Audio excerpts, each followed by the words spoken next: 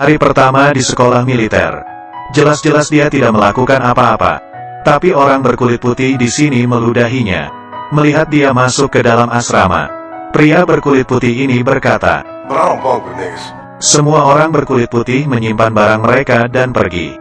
Dan tersisa Carl sendirian. Di subuh hari, komandan berkulit putih membangunkannya dengan menyiram air dingin.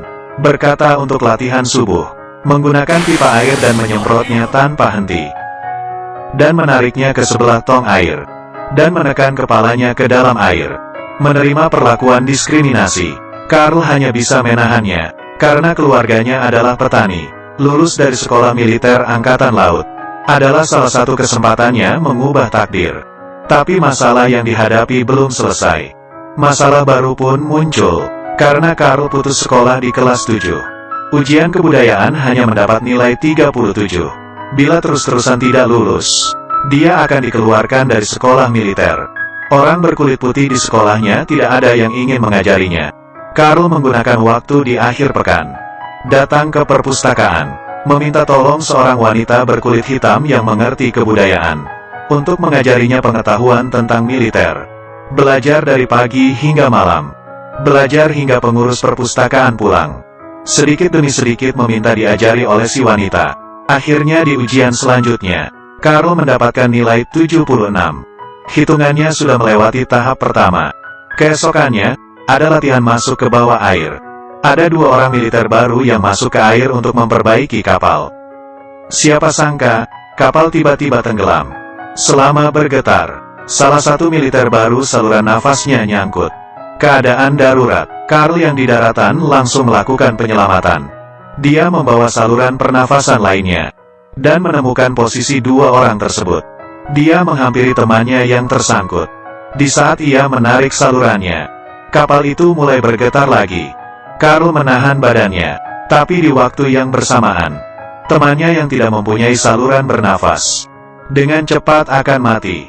Di masa kritis, salah satu rekannya malah kabur dan meninggalkan mereka berdua. Carl tidak menyerah. Dia dengan cepat memasang saluran, berhasil menolong rekannya. Setelah kembali ke daratan, komandan memanggil mereka semua berkumpul. Dia menyuruh militer yang kabur, bukan hanya tidak menyalahkannya, bahkan memberikannya lencana pahlawan, melakukan hal ini untuk menghina Carl, agar dia tahu, orang berkulit hitam tidak akan pernah mendapatkan kehormatan di sekolah berkulit putih. Tidak lama kemudian, Carl mendapatkan kabar, ayahnya meninggal karena sakit. Teringat di saat ayahnya masih hidup, tiap hari menarik 2 kuda, di bawah matahari yang terik. Bahkan dirinya belum berhasil, ayah sudah pergi duluan. Carl sangat sedih.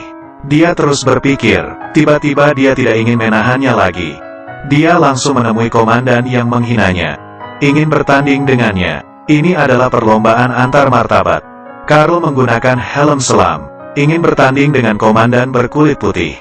Di saat air memenuhi hidungnya, perlombaan tahan nafas pun dimulai. 2 menit pertama, keduanya masih terlihat normal, sama sekali tidak menutup mata. Di saat menit keempat, komandan sudah mulai tidak tahan, tapi dirinya mengatakan tidak boleh berhenti. Carl juga sudah mulai tidak tahan. Para penonton mulai cemas. Komandan berdirinya mulai tidak stabil, tapi dia masih menahannya. Para bawahan tidak sanggup melihatnya lagi, dan langsung membuka helm komandan, dan menolongnya. Perlombaan ini dimenangkan oleh Carl, tapi dia tidak memenangkan kehormatan dari komandan.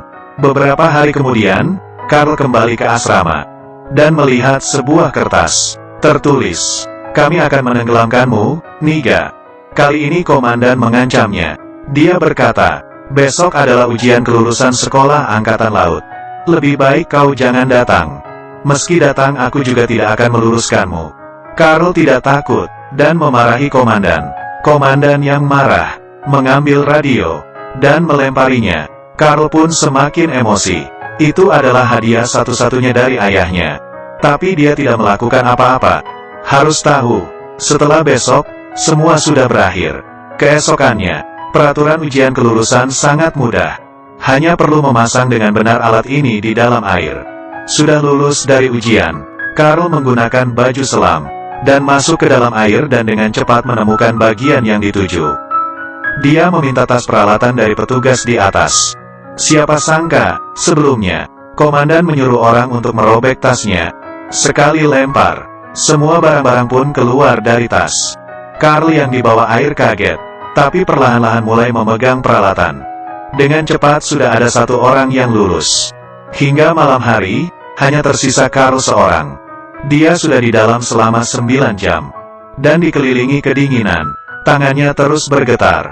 Sambil mengambil alatnya, komandan berkata ke Karl, "Kalau begini terus kamu akan mati." Karl tidak merespon. Beberapa saat kemudian, komandan akhirnya tidak tahan lagi. Dia menyuruh orang untuk membawa Karl naik ke atas. Rekan yang biasanya menghina Karl pun berdiri keluar, dan menarik Karl naik ke atas. Tapi tiba-tiba, tali di samping menguat. Dan setelah ditarik, itu adalah alat bagiannya Karl. Ternyata sudah selesai dipasang. Karl perlahan-lahan naik ke atas. Dan membuka helmnya. Dia sudah kedinginan hingga mukanya membiru. Tapi tatapannya masih bisa dikontrol. Akhirnya komandan yang melihat sikapnya. Moses made second class Carl Brashear. 9 hours 31 minutes. Perfect assembly. Dengan begini, dia menggunakan keyakinan yang kuat. Berhasil lulus dari sekolah militer angkatan laut. Sebelum pergi, dia menyadari radio yang waktu itu dirusak oleh komandan. Sudah diperbaiki. Dan menurut Karl ini barulah permulaan. Tujuannya bukan menjadi seorang militer angkatan laut, tapi menjadi mualim satu. Beberapa tahun kemudian, kesempatan yang ditunggu-tunggu akhirnya tiba. Dia mendapat sebuah tugas. Harus menemukan bom nuklir di bawah laut. Tapi tiba-tiba, di depannya ada sebuah kapal selam yang muncul. Dia dengan cepat berenang menjauh. Tapi saluran pernapasannya sangkut di sayap kapal. Sehingga dia tertarik ke depan. Menunggu tali itu lepas dari sayap kapal. Spiral kapal bergegas ke arahnya lagi.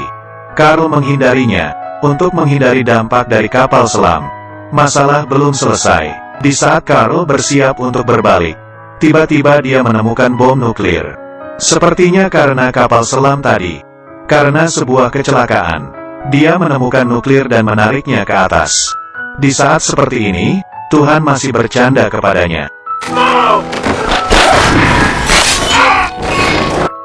Demi menolong orang, kakinya patah. Setelah siuman, para reporter mewawancari sikap kepahlawanannya. Atasan memberikannya lencana, tapi Karl masih tidak terima.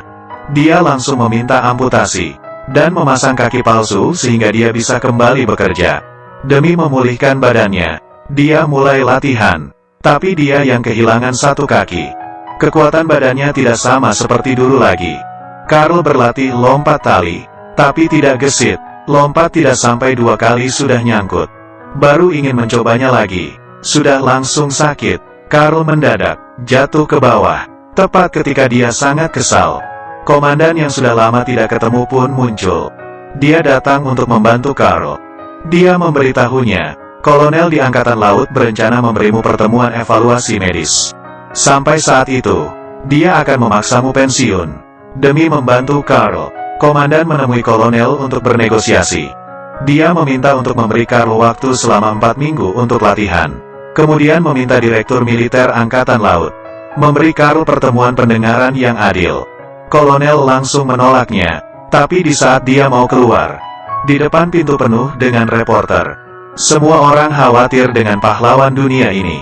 Apakah akan mendapatkan pertimbangan yang adil? Saat itu mereka tidak bisa apa-apa, hanya bisa menepatinya. Komandan mulai membantu Karl latihan. Pemulihan Karl pun lancar, dengan cepat mencapai standar normalnya militer. Hari ini adalah hari pengadilan. Kolonel berkata, "You're almost 40. You have one leg. Can you really keep up with healthy divers? Half your age." Karl berkata tidak masalah. Kolonel langsung menyuruh orang membawa baju perlengkapan menyelam. Berat 290 pound. Bisa memakainya dan berjalan 12 langkah. Berarti membuktikan kamu mempunyai kemampuan. Karl pun mengiyakannya. Komandan membantunya memakaikan alat penyelaman. Setelah memakaikan helm, dia ingin membantu mengangkat Karl. Karena proses dari duduk ke berdiri, beratnya 2 kali lipat lebih berat. Tapi kolonel tidak setuju. Karl pun berusaha sekuat tenaga. perlahan-lahan berdiri. Selangkah saja belum jalan, sudah mengeluarkan kekuatan yang sangat besar. Dia mulai perlahan-lahan melangkah ke depan. Di saat langkah ke-7, ia sudah mencapai batasnya. Sekuat tenaga melangkah lagi. Tiba-tiba kaki Karl muncul suara patah. Orang-orang di tempat semakin gugup. Kolonel menyuruhnya jangan bergerak lagi. Hanya komandan yang memarahinya dengan keras. Menyuruh Karl terus melangkah ke depan. Menahan rasa sakit yang tak tertahankan. Karl terus melangkah. Tiap langkah menahan rasa sakit lukanya. Setiap langkah melewati batas kekuatan tubuhnya. Akhirnya, Karl berjalan hingga di depan komandan. Dia berhasil. Tidak ada yang tepuk tangan. Semua hanya terdiam. Di saat kolonel berdiri. Saat kolonel mengumumkan pemulihan resminya Karl. Semua orang baru bertepuk tangan. Dia menjadi sejarah militer Angkatan Laut Amerika saat itu. Orang pertama yang bisa kembali ke tugas militer dalam keadaan cacat. Ini adalah kisah nyata. Karl Brashear 2 tahun kemudian menjadi mualim satu pertama kali yang berkulit hitam. Dia terus memberitahu kita dengan perbuatannya. Kehormatan sebenarnya berasal dari kerja keras. Ya sudah, kalian suka dengan cerita ini gak? Kalau suka jangan lupa klik tombol suka ya. Kalau ada pendapat boleh tinggalkan di kolom komentar.